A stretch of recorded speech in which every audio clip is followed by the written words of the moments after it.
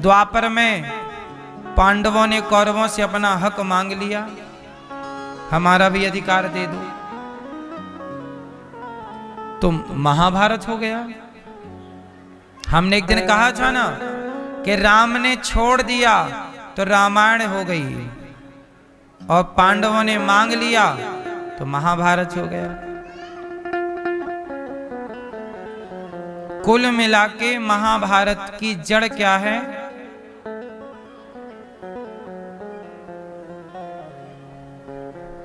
महाभारत की जड़ है संपत्ति, दौलत, पैसा।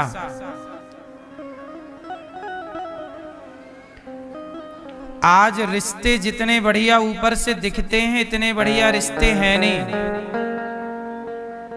अच्छा, रिश्ते अच्छे हो सकते हैं कब? जब सारे लोग अपना अपना स्वार्थ छोड़ दें, पर स्वार्थ छूटता नहीं है। पाप का बाप कौन है? पाप का बाप कौन? पाप का बाप है लोभ। क्या है? लोभ। जहां ज्यादा लोभ होता है वहां पाप प्रवेश कर जाता है। इसलिए साधु संत इस जंजाल में पड़ना नहीं चाहते, इसलिए अकेले रहते हैं। क्योंकि आप लोग पढ़ के देख तो रहे हो कितना सुखी हो। भाई भाई लड़ रहा है, संसार में क्या नहीं देखने को मिल रहा है।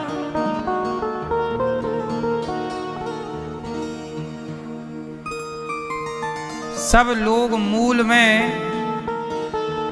परेशान हैं पैसे के लिए, लेकिन हम आपसे कहते हैं कि मीराबाई ने सारे पैसे और चांदी की दीवार को तोड़ा, मीरा ने घर छोड़ दिया, एक धनवान की बेटी ने गिरधर से नाता जोड़ लिया। चांदी की दीवार को तोड़ा मीरा ने घर, एक धनवान की बेटी ने गिरधर से नाता। जगत से, दौलत से मन हटाया मीरा ने और भगवान में मन लगाया। इसलिए मीराबाई श्रेष्ठ है, हर नारी का आदर्श मीरा है। जगत में आए हो तो भगवान को पा लेना और मीरा के वचन याद कर लेना कि जगत में जितनी भी दौलत है सबकी यहीं रह जानी है। जो दौलत हम छोड़ रहे हैं वही संग जानी है। कौन सी दौलत? मीराबाई ने गाया, पायो जी मैंने राम रतन धन पायो। ये राम नाम की दौलत संग जाएगी, वो कोई कमा नहीं रहा है, और जो कमा रहे हो वो यहीं छूटना है। इसलिए जितना अधिक से अधिक भगवान का चिंतन कर सकते हो कर लेना, वही पूंजी संग चलेगी।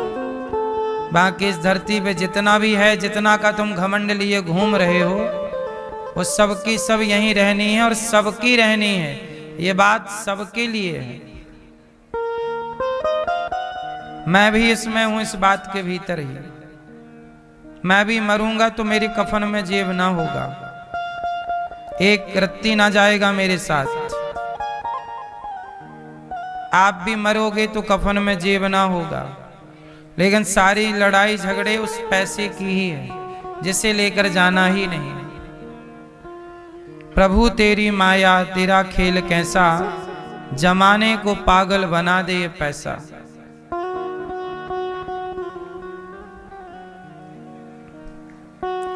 बताओ कितना घोर कलयुग आ गया। पैसे के लिए लोग रिश्ता तोड़ लेते हैं। हद होती है मूर्खता की। पैसा ही माई बाप बन गए। अब तो पैसे के आगे कुछ नहीं है। भाई भाई को पैसे के लिए मार डालता है, गोली मार देता है।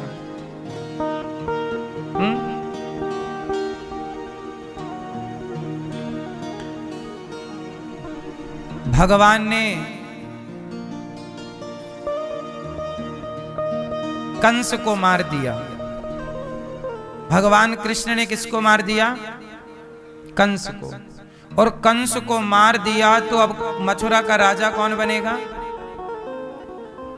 भाई नियम होता है कि जीता हुआ राजा ही हारे हुए राजा की संपत्ति का मालिक होता है।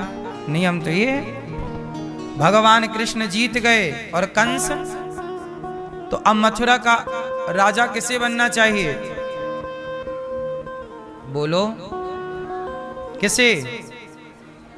भगवान कृष्ण को राजा होना चाहिए, पर भगवान श्री कृष्ण राजा नहीं बने। क्यों? इसलिए राजा नहीं बने कि भगवान बोले कि कंस की दौलत का मैं क्या करूंगा, मैं दूसरे की दौलत का राजा क्यों बनूं? मुझे राजा बनना ही होगा तो मैं अपनी दौलत कमा के अपनी दौलत का राजा बनूंगा। इसलिए भगवान ने किसी राजा को जीत कर उसकी संपत्ति नहीं ली, अपनी द्वारिका खुद बनाई और अपनी द्वारिका के राजा बने। भगवान किसी के राज्य के राजा नहीं बने, किसी राजा को हराकर उसकी संपत्ति के राजा नहीं बने। स्वतंत्र राजा हैं कृष्ण। अपनी नगरी बसाते हैं, बनाते हैं, दौलत इकट्ठी मेहनत से करते हैं और राजा बन जाते हैं। वो किसी के टुकड़ों पे पलने वाली बात नहीं है। कंस को मार करके कंस के पिता उग्रसेन को मथुरा का राजा बना दिया। भगवान अर्थशास्त्री हैं। भगवान कहते हैं कि अर्थनीति कैसी होनी चाहिए। आज लोगों की अर्थनीति, आपको अर्थनीति का ज्ञान ही नहीं है। हमारे यहाँ 4 शिक्षाएं हैं ना, धर्म अर्थ काम मोक्ष।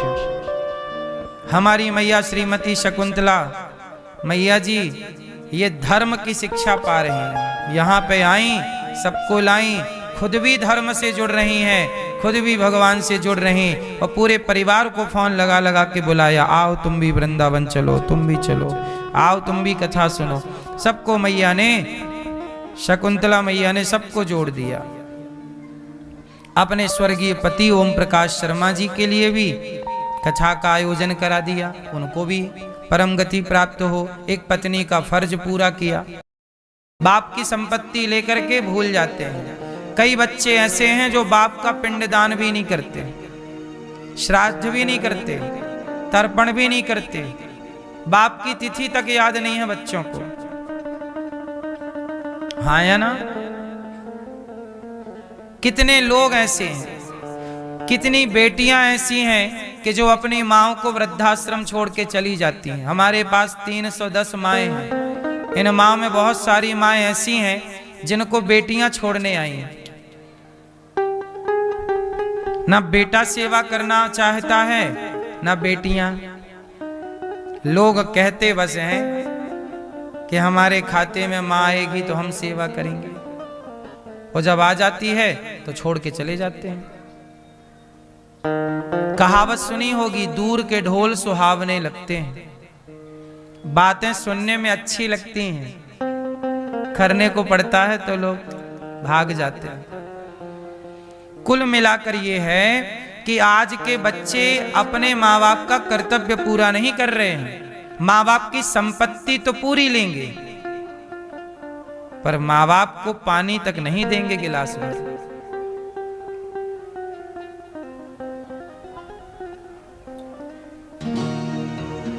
इसलिए हम आपसे कहते हैं कि इसलिए हम कहते हैं अपनी 13वीं करके मरो।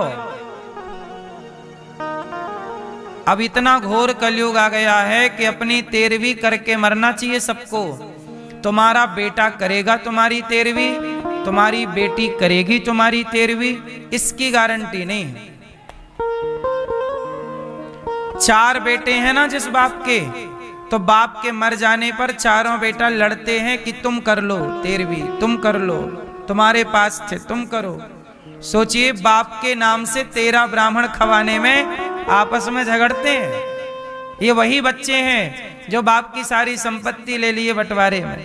और 13वीं में 13 ब्राह्मण खवाने में पसीने आ रहे हैं। इसलिए हम उस बाप से कहेंगे, काहे तुम बच्चों के भरोसे 13वीं छोड़ के गए हो, जीते जी खवा के जाते 13 ब्राह्मण अपने, कि मरने के बाद तुम खवाओ ना खवाओ। क्यों? अपनी 13वीं करके मरो। बच्चे करेंगे इसकी गारंटी कौन लेगा? कोरोना जैसी परिस्थिति में मर गए तो 13वीं भी नहीं होगी। कोरोना में कहां किसकी 13वीं हुई बताओ?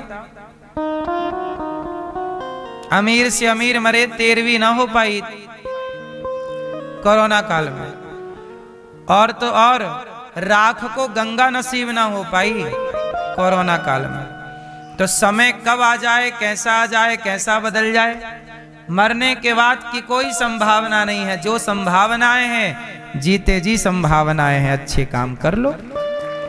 मरने के बाद की क्या संभावना है?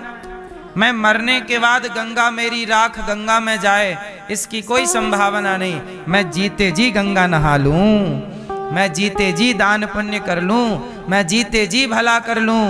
मरने के बाद मेरी अपनी कोई संभावना नहीं, आपकी भी कोई संभावना नहीं है। क्या होगा आपके साथ? कहां मरोगे? किस परिस्थिति में मरोगे?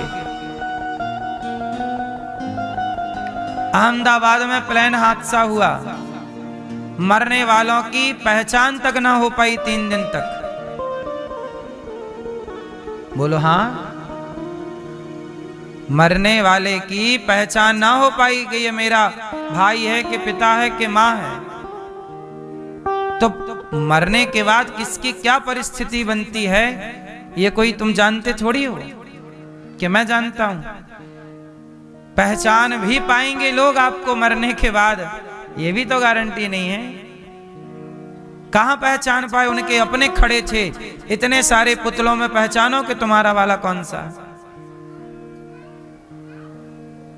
इसलिए मरने के बाद कोई संभावना नहीं, सारी संभावनाएं जीते जी हैं।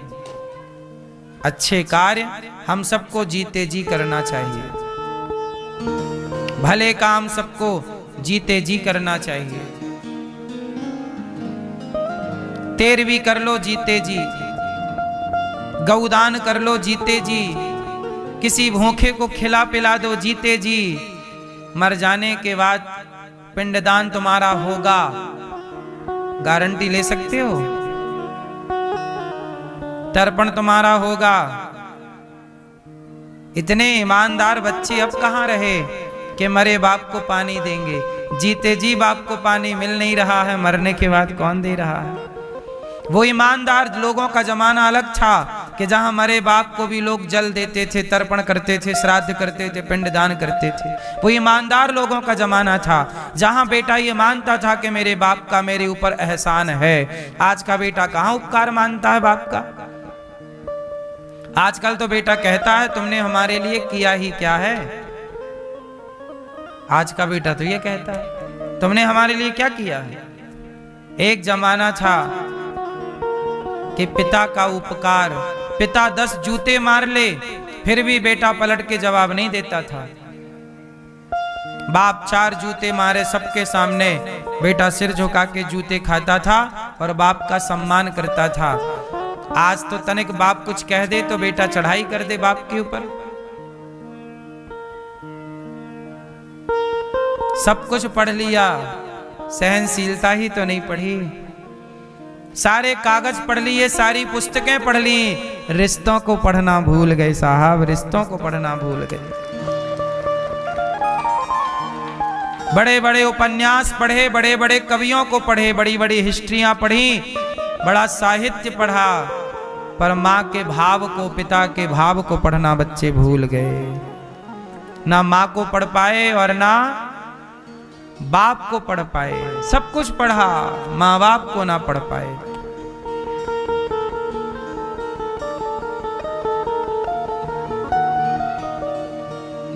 अब हम लोग जिस जमाने में रह रहे हैं ये बेईमान जमाना है।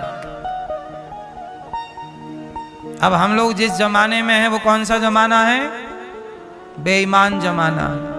यहाँ बेटा भी बेईमान हो जाता है, यहाँ बेटी भी बेईमान हो जाती है, यहाँ रिश्ते भी बेईमान हो जाते हैं, यहाँ पक्का दोस्त भी बेईमान हो जाता है। कौन रिश्ता है बताओ जो बेईमान ना हुआ हो आज के जमाने में? एक रिश्ते का नाम बताओ।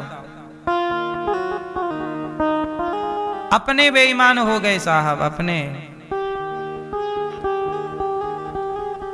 अपनों ने लूटा है हमें, गैरों में कहां दम था, मेरी कश्ती तो वहां डूबी। नाला नाली में इतनी दुर्गंध नहीं है जितनी दुर्गंध लोगों के विचारों में है।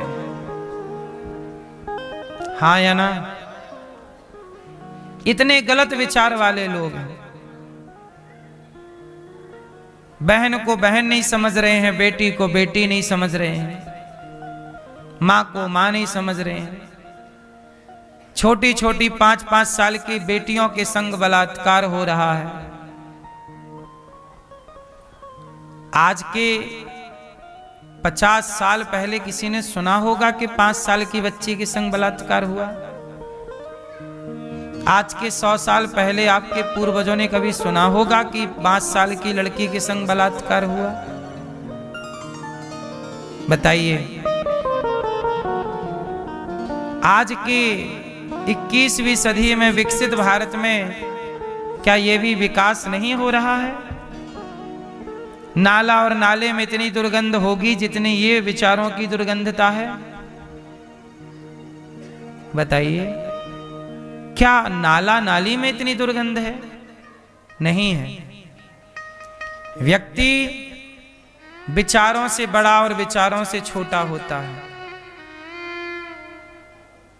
किससे कहें, क्या शिकायत करें किससे?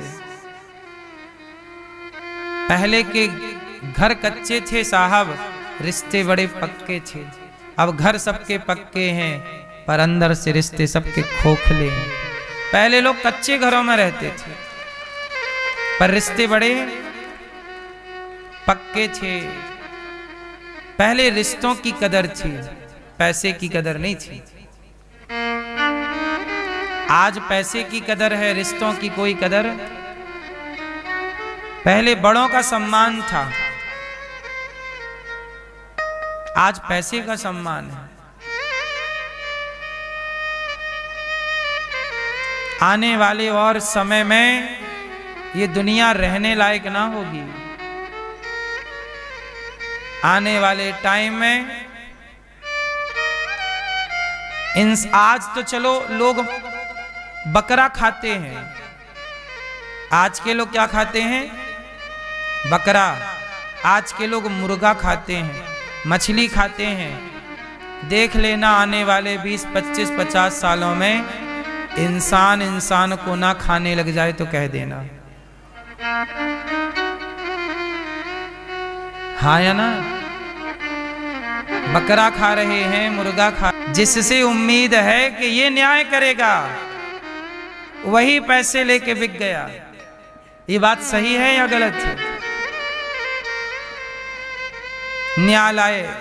न्यायालय और न्यायकर्ता बिक जाते हैं कि नहीं?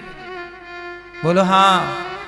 कितने लोग हैं जो दोषी हैं पर बाहर घूम रहे हैं और जो निर्दोष हैं वो जेल के भीतर सजा काट रहे हैं। कलयुग है। इस कली काल में जो आप देखते जाओ सब कम है। आश्चर्य ना करना साहब, कलयुग है। क्या है? कलयुग है।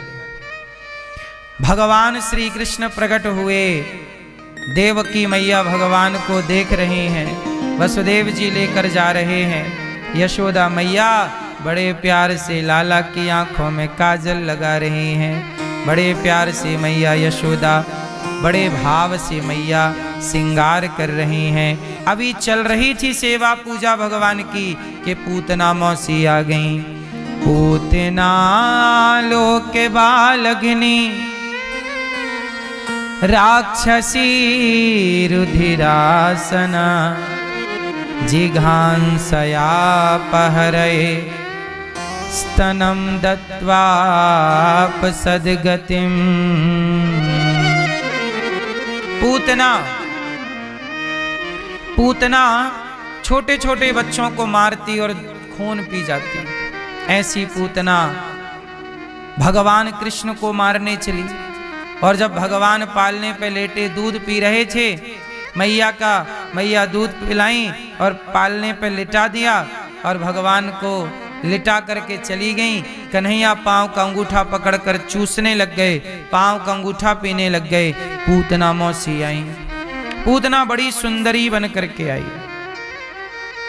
क्या बन करके आई? बड़ी सुंदर। भगवान ने पूतना को देखा और नेत्र बंद कर लिए।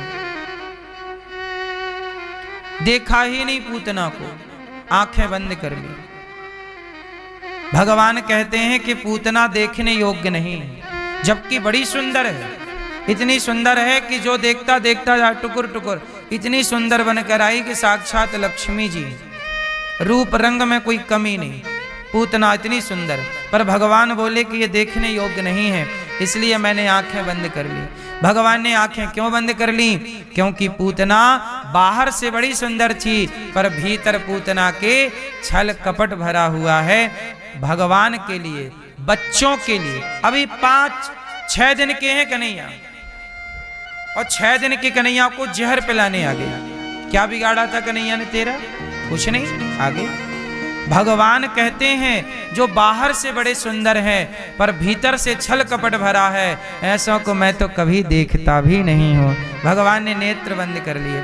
मैं नहीं देखूंगा, मैं उन्हें देखता हूं जिनके मन में निर्मलता होती है। क्या होती है? क्या होती है? निर्मलता। निर्मल मन जन सो मोहि पावा, मोहि कपट छल छिद्र न भावा। भगवान को कौन लोग अच्छे लगते हैं? जिनके अंदर कोई छल कपट नहीं, जो बाहर से जैसे भीतर से, बाहर भीतर दोनों एक। अब आज का व्यक्ति कैसा? बाहर से कुछ, भीतर से कुछ। पूतना मौसी को देखा, बंद कर लिए नेत्र। आई पूतना, दूध पिलाने लगी। भगवान ने पूतना का दूध पिया।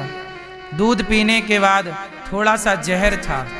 पूतना जहर पिलाने लगी। भगवान ने जहर लाई थी ना पूतना, जहर पीने लगे भगवान। और जैसे ही जहर पिए, पूतना के प्राण भी पीने लगे हाथ। और प्राण पिए, चिल्लाई पूतना, बालक छोड़ दो, छोड़ दो। भगवान बोले मौसी जी, हम जल्दी से पकड़ते नहीं हैं, और पकड़ लें तो फिर कभी छोड़ते नहीं। भगवान पकड़ते हैं, छोड़ते नहीं। एक बार पकड़ लें तो फिर नहीं छोड़ते, लेकिन वो पकड़ते बड़ी देर से हैं। वो पकड़ते तब हैं जब निर्मलता हो। क्या होनी चाहिए? निर्मलता। निर्मल मन जन सो मोहि पावा, मोहि कपट छल छिद्र न भावा। क्या होनी चाहिए? निर्मलता, कोई छल कपट ना हो। आजकल का आदमी छल कपट से भरा है। भगवान ऐसे लोग, आजकल लोग दिन भर राम राम जप रहे हैं, लेकिन राम राम जप तो रहे हैं पर ईर्ष्या भरी पड़ी है, द्वेष भरा पड़ा है। उसका ऐसा बिगड़ जाए, उसका ऐसा हो जाए, तो तुम्हारे राम राम जपने से कोई फायदा है? तुम धोखा किसे दे रहे हो? भगवान को। भगवान निर्मल मन वाले को मिलते हैं। इसलिए कहता हूं, पड़ोसियों को देखकर ईर्ष्या ना किया करो। तुम्हारा पड़ोसी तरक्की कर गया, कुछ लोग क्या कहते हैं, अरे बड़ा पाप किया होगा, 2 नंबर का काम किया होगा। कुछ लोग क्या एक दूसरे को देख के जलते रहते हैं। मैं आपसे एक सवाल करूं, तुम किसी को देखकर क्यों जल रहे हो? भाई उसके भाग्य का वो खा रहा है, तुम्हारे भाग्य का तुम खा रहे हो। उसके भाग्य में यदि 4 मंजिला घर है तो वो 4 मंजिला घर पर रह रहा है। तुम्हारे भाग्य में झोपड़ी है घास की, तुम झोपड़ी में रह रहे हो। तुम भी मेहनत करो। ईश्वर ने 2 हाथ तुम्हें भी दिए, ईश्वर ने 2 पांव तुम्हें भी दिए हैं। ईश्वर की ओर से तो देखो भेदभाव नहीं हुआ। आपके कितने हाथ हैं और हमारे भी 2 हाथ हैं। टाटा बिरला के कितने हाथ हैं, बिल गेट्स के कितने हाथ हैं, अडानी अंबानी के कितने हाथ हैं, और आप लोगों के भी 2। और आप लोग कहते हो वो बेईमानी किया होगा, पाप किया होगा, ये किया हो, तो तुम भी कर लो ना, तुम्हारे भी तो 2 हाथ हैं। किसी की निंदा करना आसान है, पर किसी की बराबरी करना कठिन है। इसलिए लोग बराबरी ना कर पाए तो निंदा करके मन को तसल्ली देते रहते हैं, लेकिन ये तरीका भी तो गलत है। हम कहते हैं ईश्वर ने आपको क्या नहीं दिया, 1 खोपड़ी उनके पास, 1 खोपड़ी आपके पास, 2 आंखें उनकी, 2 आंखें। ईश्वर की ओर से सबके शरीर में लगभग 7 किलो ब्लड है। क्यों भाई? शरीर में कितना खून होता है? आप कोई डॉक्टर वगैरह हो तो हमें बताओ, हमें ज्ञान नहीं है। कितना ब्लड होता है शरीर में? 7 लीटर सुना है मैंने, हो सकता है गलत सुना हो। क्यों भाई, आप जानती हो कितना होता है? 5 लीटर। आप नापी जी पूरा अपना।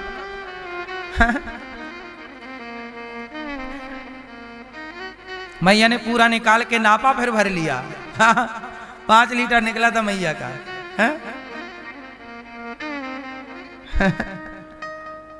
चलो 5 मान लो।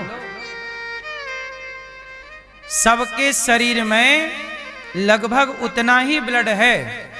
बोलो हाँ। 7 से 12 लीटर।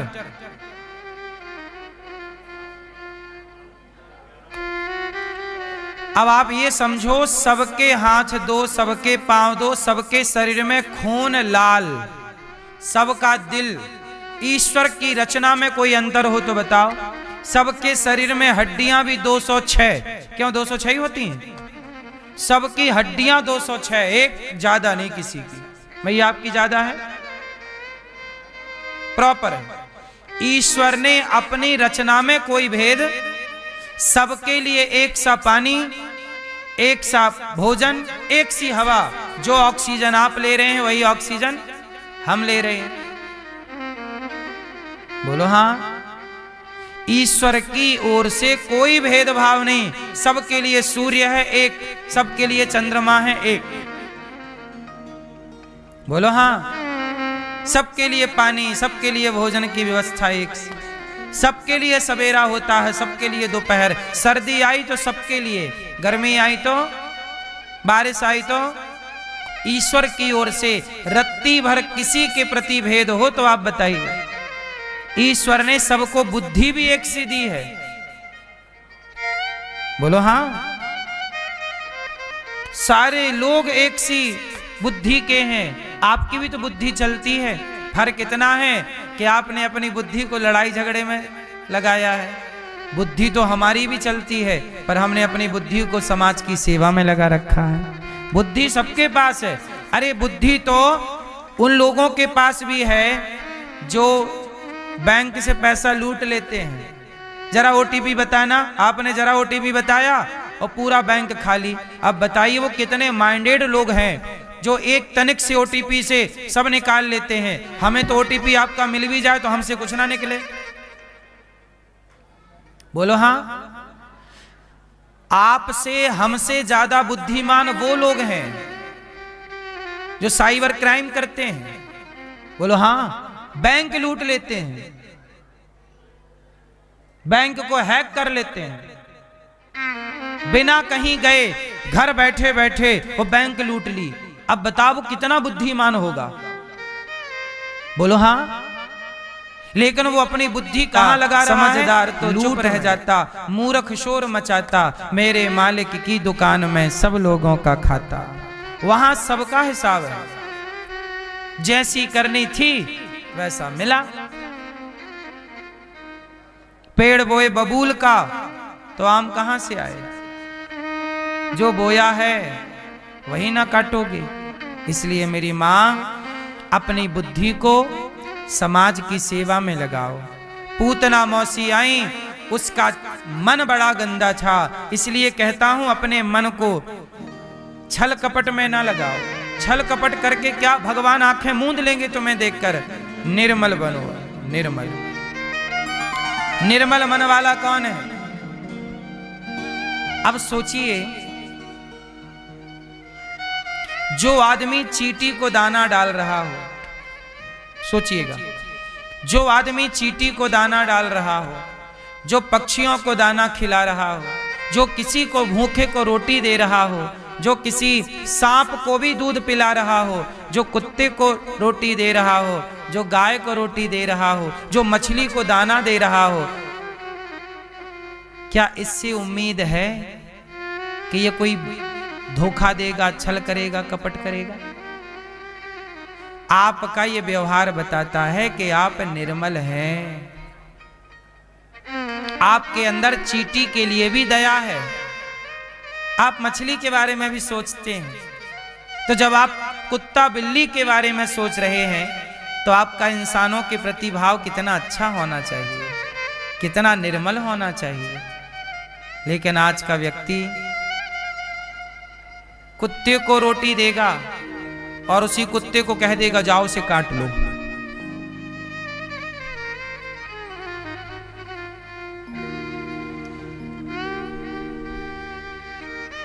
आप लोगों से मेरी विनती है, दुनिया छल कर रही है, करने दो। कपट कर रही है, करने दो। आप ना करो। उम्मीद आपसे है, क्योंकि कथा आप सुन रहे हैं, है ना? भरत जी से गुरु वशिष्ठ जी ने कहा कि तुम राजा बन जाओ।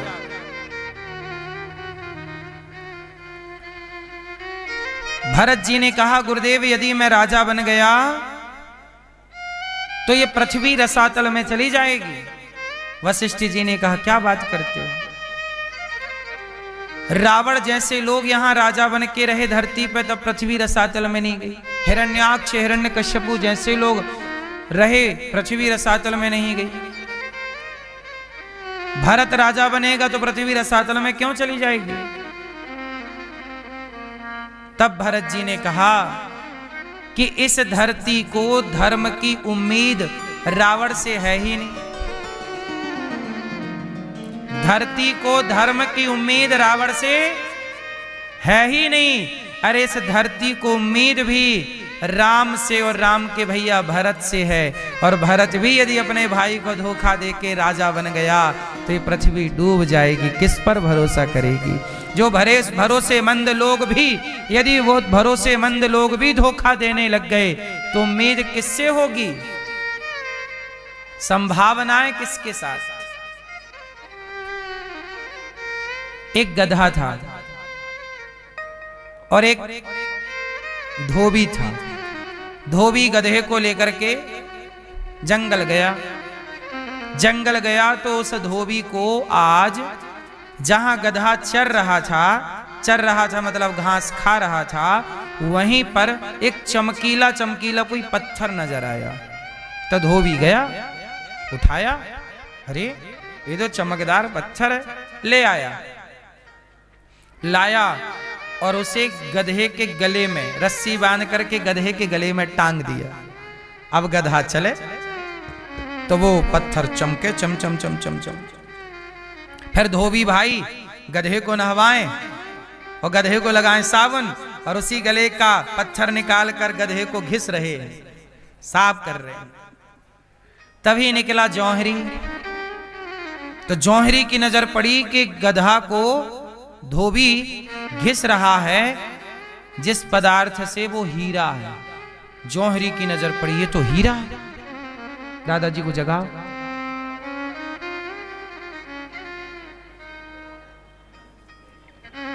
इनको भी जगाइए भैया, कब से सो रहे हैं। राम राम। हीरा बट गए, आपको मिले ही नहीं। आप सो गए थे, वहां धोबी को मिल गया हीरा और आप तब तक सो गए। लो और सो। जो सोवत है वो खोवत है। हीरा बट गया।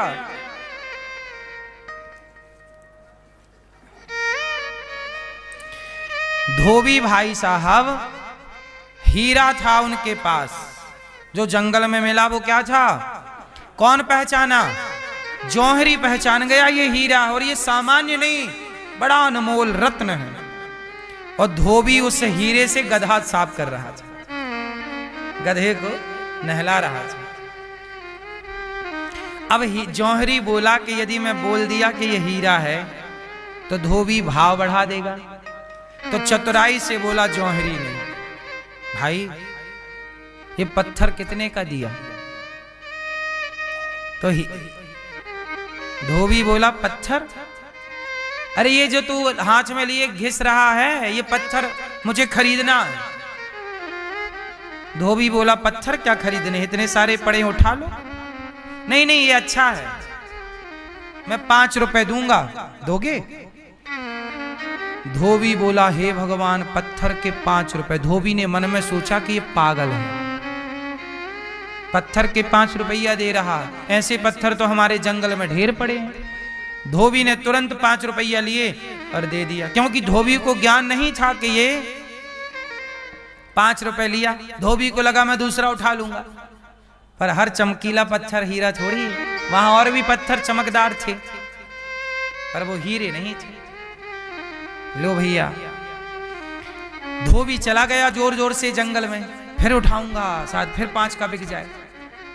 धोबी गया, जौहरी के पास आया हीरा, और जैसे ही जौहरी के पास आया तो वो हीरा टूट करके टुकड़े टुकड़े हो गया। और जब हीरा टूट करके टुकड़े टुकड़े हुआ तो जौहरी बोला, वाह, अभी गधे के गले में लटक रहे थे तब नहीं टूटे, गधे की पीठ साफ कर रहे थे तब नहीं टूटे, और मुझ जौहरी के पास आए टूट गया हीरा। तब टूटे हुए हीरे से आवाज आई, जौहरी, गधे के गले में मैं इसलिए था क्योंकि गधे को पता ही नहीं था कि मैं कौन हूं। गधे की पीठ इसलिए साफ कर रहा था क्योंकि धोबी जानता ही नहीं था कि मेरी कीमत कितनी है, क्या है।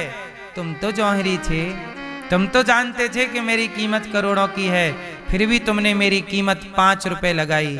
जो नहीं जानता था उसके साथ तो मैं खुश था, पर जो जानता था, जब उसने भी मेरी कदर नहीं की तब तो मुझे टूटना ही था। मैं कैसे रहता? जो जानते हैं कम से कम, इसलिए हम आपसे कहते हैं कि भैया, जमाना छल कपट करे, जमाना कुछ भी करे, आप ना करना। आप तो सत्संग करने वाले हो, आप तो राम की कदर जानते हो, आप तो कृष्ण के बारे में जानते हो। जो राम को नहीं जानते वो राम को गाली देते हैं, जो कृष्ण को नहीं जानते वो कृष्ण को गाली देते हैं, पर जो जानते हैं धर्म को, कम से कम आप तो कृष्ण जैसे हीरा की कदर कर लो, आप तो सत्संग की कदर कर लो। धर्म क्या है? धर्म हीरा है। लोग धर्म नहीं जानते, आजकल धर्म नहीं जानते लोग, इसलिए वो धर्म के बारे में कुछ भी बोलते हैं। आप तो धर्म को जानते हो। धर्म वो हीरा है जिसकी कदर कोई जौहरी समझता है। धर्म का ज्ञान, धर्म का नॉलेज जिसे है वो धर्मात्मा होगा, और धर्मात्मा ही धर्म के बारे में जानेगा। अब हमारे देश में एक नियम है, हमारे देश का नाम क्या है?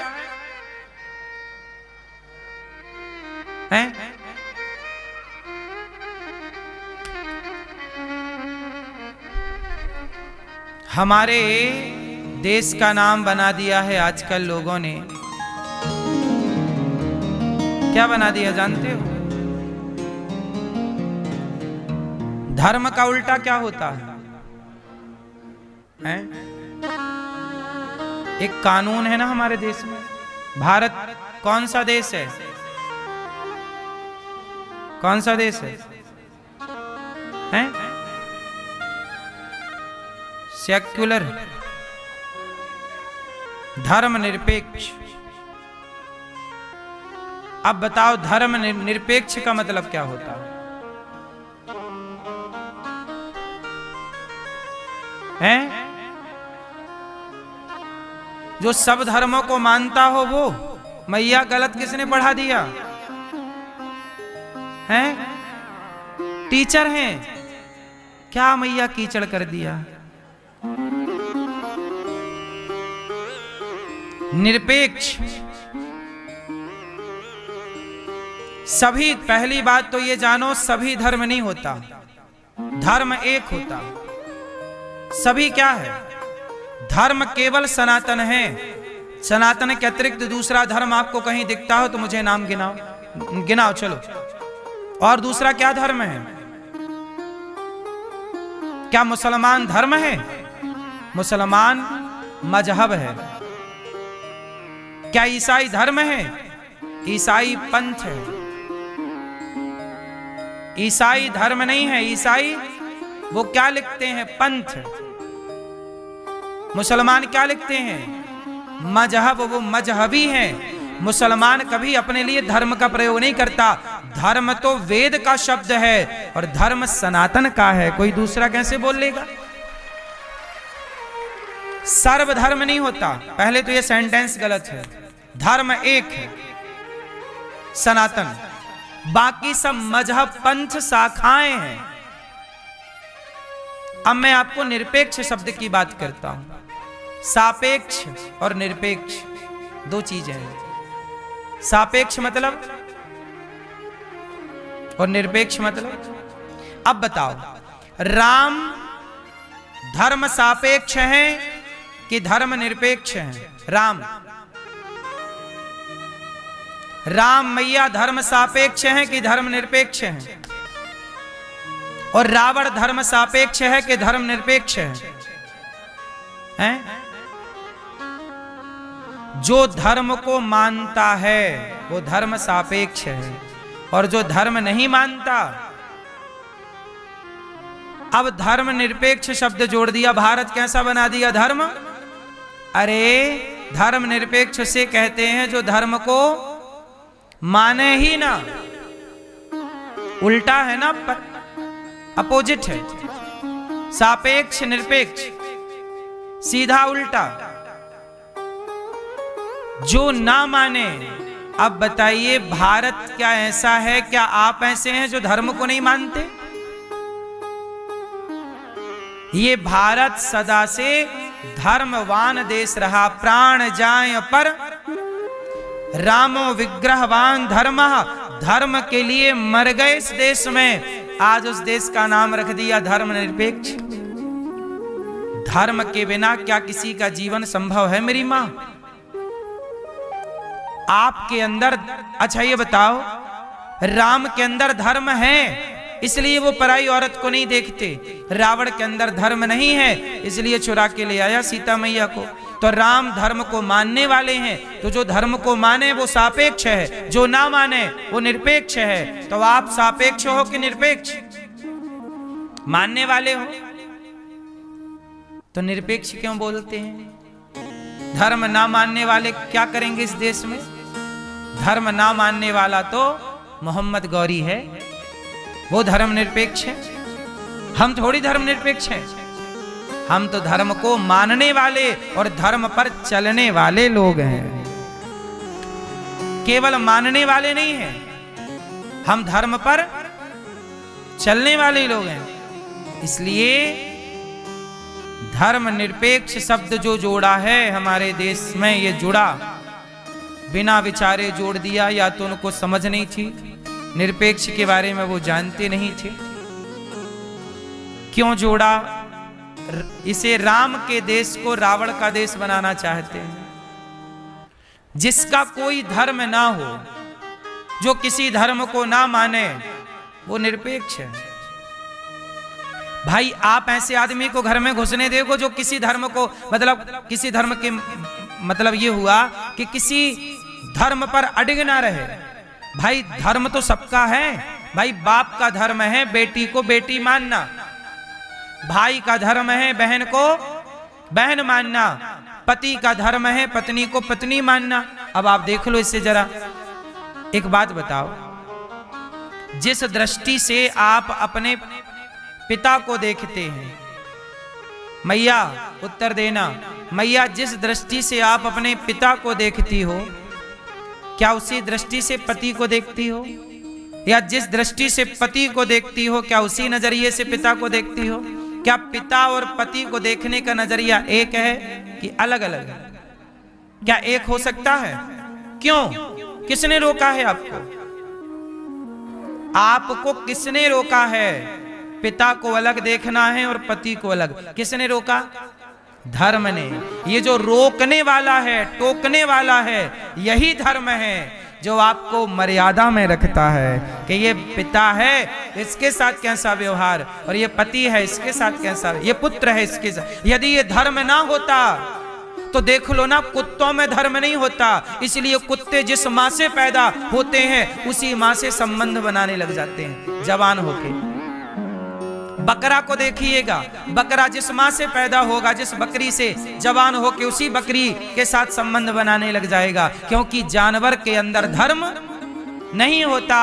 और हम इंसान हैं, हम इंसान इसलिए सुंदर हैं क्योंकि हमारे यहाँ सुंदर सा एक धर्म है, और उस धर्म की सुंदर सी व्यवस्था है, जिस व्यवस्था में बंधकर हम सबको रहना होता है। इसलिए ये भारत धर्मवान देश है, यहाँ धर्म चलता है। लेकिन आज राजनेता कहते हैं कि नहीं जी, अब धर्म की कोई जरूरत नहीं। अब धर्म के नाम से लोग क्या क्या बातें करने लग जाते हैं। धर्म का मतलब केवल सनातन धर्म ही नहीं, बल्कि आपके अंदर जो दृष्टि है पिता को देखने की, माँ को देखने की, बहन को, वह देखने का नजरिया भी धर्म है, सुनने का नजरिया भी धर्म है, खाना भी क्या है? धर्म। क्या खाऊं क्या ना खाऊं, क्या देखूं क्या ना देखूं, आपको मैं देख रहा हूं, आपको मैं माँ के रूप में देखूं ये धर्म है, बहन के रूप में देखूं ये धर्म है, बेटी के रूप में देखूं ये धर्म है, गलत दृष्टि से देखूं ये पाप है।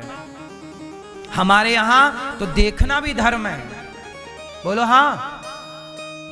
हमारे यहाँ देखने का नजरिया है, बड़ी लड़की है, बड़ी उम्र में है कोई तो माँ बराबर की है, बहन छोटी है, बेटी बड़ा है तो पिता बराबर का है, तो भाई छोटा है तो पुत्र, ये दृष्टि से देखना है तब तो धर्म है।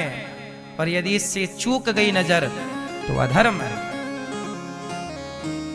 इस धर्म की बेड़ियों में बंधा हुआ भारत है, और आज ये धर्म की जंजीरें, धर्म की बेड़ियां लोग तोड़ना चाहते हैं और आजाद होना चाहते हैं। आपको आजादी चाहिए? बोलो, धर्म की बेड़ियों से आजादी चाहिए क्या? किस किस को आजादी चाहिए धर्म की बेड़ियों से? आजादी चाहिए? कुछ लोग हाथ उठा रहे हैं कि हमें आजादी चाहिए। आजाद सुअर है साहब, उसके कोई धर्म की बेड़ी नहीं पड़ी, तो सुअर बनना है इंसान से। धर्म की बेड़ियां सीता मां बंधी हैं, किससे? धर्म से। राम बंधे हैं, किससे? धर्म से। राम कहते हैं प्राण जाए पर धर्म न जाए, प्राण जाए पर। सीता मैया ने लंका में रह करके, रावण ने सारे लालच दिए, सीता मैया ने एक बार रावण की ओर नहीं देखा।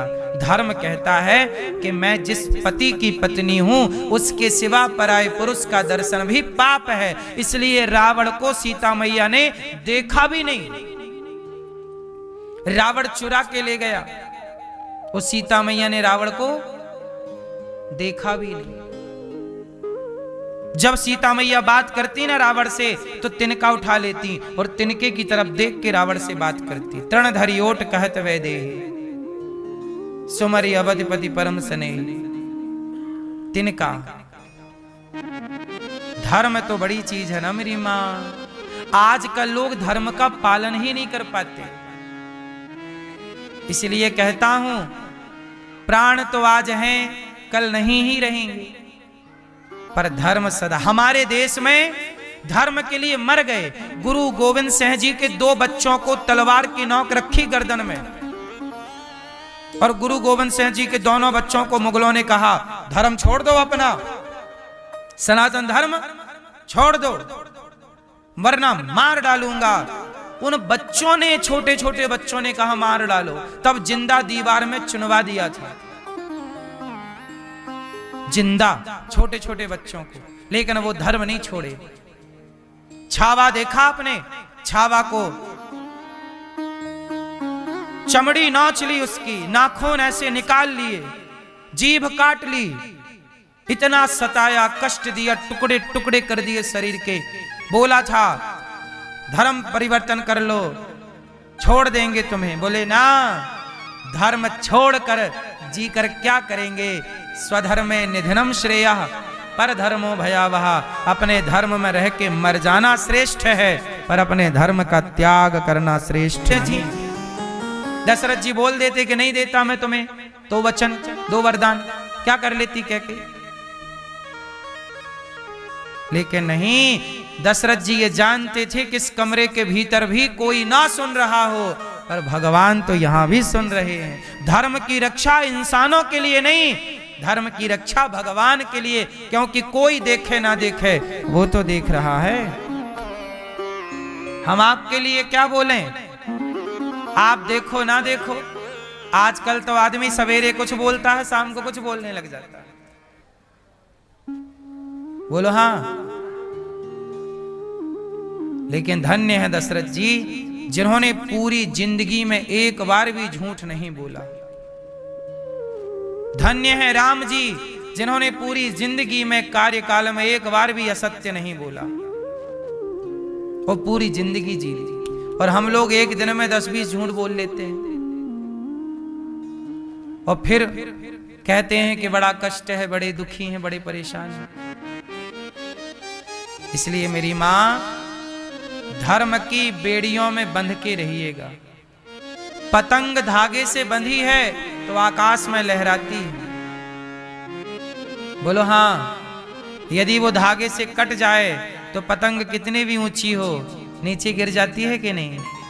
जैसे पतंग एक धागे से जुड़ी है और वो आकाश में है, ऐसे जो धर्म से जुड़ा रहता है वो आकाश में गगन चूमता है, ऊंचाइयों को पाता है। और जो धर्म की डोरी छोड़ देता है वो कितना भी ऊंचा हो।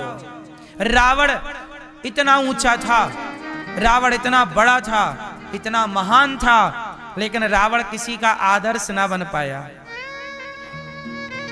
रावण इतना बड़ा था मैया,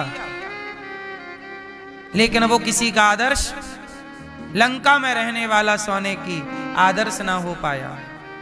शिव जी को बुलाता यहीं कि आओ, और अभिषेक करता शिव जी को बिठाकर। ऐसा रावण जो देवताओं की तरफ देख लेता तो देवता थर थर कांपने लग जाते। ऐसा रावण किसी का आदर्श ना बन पाया। क्यों? क्योंकि धर्म से हट गया।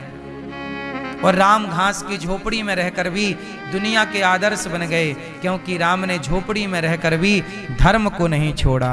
और रावण लंका में रहकर उसने धर्म छोड़ दिया। क्या पराई नारी को चुराना धर्म था? उत्तर दो। क्या पराई औरत को चुराना धर्म था?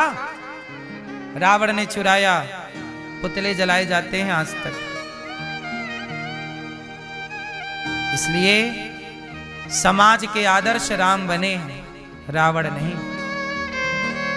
हम नहीं रहेंगे, एक दिन आप नहीं रहोगे, लेकिन आपके ना रहने पर भी आप अपने बच्चों के आदर्श तो रहोगे कि नहीं। इसलिए हर पिता ऐसा काम करे, हर माँ ऐसा काम करना मेरी माँ, कि तुम किसी के आदर्श बन ना पाओ, पर अपने बच्चों के आदर्श तो बनो। तुम्हारा बच्चा तुमसे सीखे कि देखो मेरे पिता ऐसे थे, मेरी माँ ऐसी थी।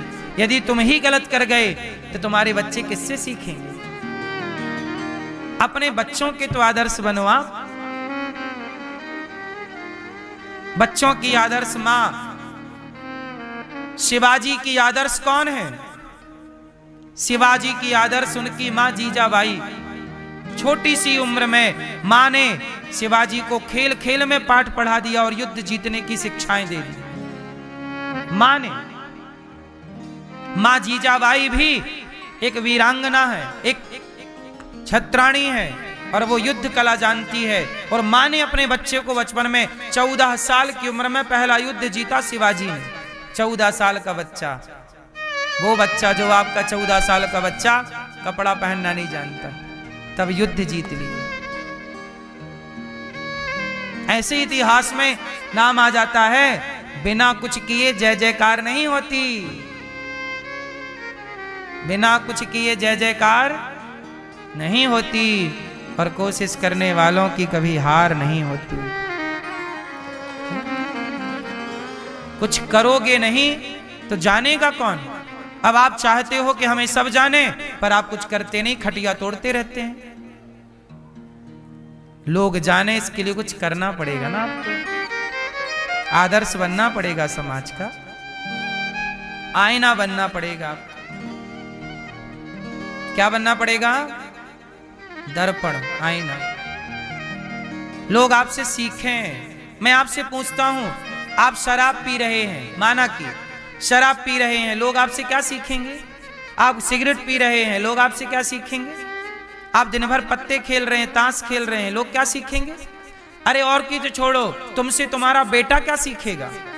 जब तुम अपने बेटे को कुछ ना सिखा पाए तो तुम इस धरती पे केवल बोझ ही तो हो। अरे आप यदि आदर्श ना बन पाए अपने बच्चों के, तो आप बोझ ही तो हैं धरती के। बोझ ना बनो। ये माता है ना, भारत माता, ये भारत माता ने तुम्हें चावल दिया, गेहूं दिया, अनाज दिया, पानी दी, हवा दी। इस भारत माँ का थोड़ा तो ऋण चुका लो ना साहब। नहीं चुकाओगे? ये भारत माता हमारी किस किस की माता है? भारत माता, माँ भारती माता है ना। इस माता से ही ना तुम पानी पीते हो। ये माता ही तुम्हें पानी देती है, ये माता ही तुम्हें अन्न देती है, ये माता ही तुम्हें फल देती है। बोलो हाँ। और तुमने इस माता को क्या दिया? केवल इसके ऊपर मलमूत्र त्यागा है तुमने। बदले में क्या दिया? कितना माँ भारती का तुमने गौरव सम्मान बढ़ाया है, कितने आदर्श बने। शराब पी के पड़े हो गंदी नाली में, इससे माँ भारती का सम्मान बढ़ेगा? बोलो क्या किया आपने देश के लिए? मुझे बताओ। किया है तो मैं आपके कार्य को प्रणाम करता हूं, नहीं किया तो प्रार्थना करता हूं कि ऐसा मेरी मां ऐसे ही ना मर जाना। आए हो कुछ अच्छा करके चलो, चलो कुछ अच्छा करते हैं इस देश के लिए, इस वतन के लिए, इस राष्ट्र के लिए। हमारा भी योगदान इस राष्ट्र में हो। क्या योगदान है? कम से कम आप समाज के आदर्श बन जाओ, यही आपका योगदान। लोग आपसे सीखें, हाँ या ना? झांसी की रानी आदर्श है। उसने तो अपने जीते जी भारत मां के लिए लड़ी और मर गई, और मर के भी समाज को सिखा गई कि कब तक भागते रहोगे, लड़ो। इसलिए मेरी मां, इस देश के लिए कम से कम मैं आपसे एक छोटी सी भीख मांगूं। आप कितने लोग भारत मां की सेवा करना चाहते हैं? मैं एक सरल तरीका बताता हूं सेवा का। जो करना चाहें वो हाथ उठाएं। यदि आप मां भारत मां की सेवा करना चाहते हैं तो बस इतना करो कि भारत में जो सनातनी है, ब्राह्मण, क्षत्रिय, वैश्य, शूद्र, ऊंच नीच का भेदभाव छोड़कर सारे सनातनियों को बस गले लगाना सीख लो। ये भी भारत मां की सेवा हो जाएगी कि तुम भेदभाव की दीवारों को तोड़ दो, ऊंच नीच की दीवारों को तोड़ दो और सबको गले लगाओ। राह में आए जो दीन दुखी, सबको गले से, क्या बड़ा क्या छोटा। गौरी, मैं ये बात केवल कह नहीं रहा हूं, गौरी गोपाल में अखंड भोजन चल रहा है। कोई भी आता है, किसी की जात धर्म नहीं पूछी जाती, सबका पेट भर सम्मान किया जाता है, सेवा की जाती है। ये बात केवल मैं वाणी से बोल नहीं रहा, पहले मैं कर रहा हूं, फिर आपको समझा रहा हूं। गौरी गोपाल आश्रम में 310 वृद्ध माएं हैं। कोई माँ ब्राह्मण माँ है, कोई माँ क्षत्रिय माँ है, कोई माँ वैश्य माँ है, कोई माँ शूद्र माँ है। मैं सब माँओं के पांव दबाता हूँ और किसी माँ से आज तक मैंने जात नहीं पूछी कि माँ तुम्हारी जात क्या है, वो सबके पांव दबाता हूँ। कोई भेद नहीं है यहाँ पे। आपने देखा होगा, देखो आश्रम में जितनी व्यवस्थाएं, सेवाएं, कोई भेद नहीं है। कोई भी आओ, सब घूमो, सब देखो, किसी के लिए कोई दरवाजा नहीं, कोई लॉक नहीं। कोई गौरी गोपाल में सामने देखो, कोई दरवाजा ही नहीं है। कोई भी आओ, रात के आओ, पूरे दुनिया घूम लेना, बिना दरवाजे का घर कहाँ मिलेगा? इतना बड़ा आश्रम गौरी गोपाल बिना दरवाजे का है, क्योंकि कोई कभी भी आए, देखो अपनी आंखों से घूमो, कोई दरवाजा, फ्रंट में कोई दरवाजा है देखो आप ऊपर से नीचे आए कोई दरवाजा मिला? यहाँ बैठे हैं कोई दरवाजा नहीं, ऊपर जाइए भगवान के मंदिर में कोई दरवाजा नहीं, रसोई में जाइए कोई दरवाजा नहीं, माँ के दर्शन करने जाइए कोई दरवाजा नहीं, कोई भेद नहीं। और आजकल हम लोग लड़ते हैं, मैं ब्राह्मण, मैं क्षत्रिय, मैं वैश्य, मैं शूद्र, लड़ते आपस में, और आपस में लड़े तुम, इसलिए अंग्रेजों ने, मुगलों ने तुम्हें अपना गुलाम बनवाया, अपने जूते चटवाए तुमसे, तुम्हारी बहन बेटियों के साथ बलात्कार किया। क्यों? क्योंकि तुम्हें आपस में लड़ना था। लड़ो, तुम लड़े ना होते तो मुगल तुम्हारे देश में घुसते, तुम्हारी भारत माँ की छाती को फाड़ते, तुम्हारी बहन बेटियों का बलात्कार करते, इसलिए कर रहे थे क्योंकि तुम्हें लड़ना था।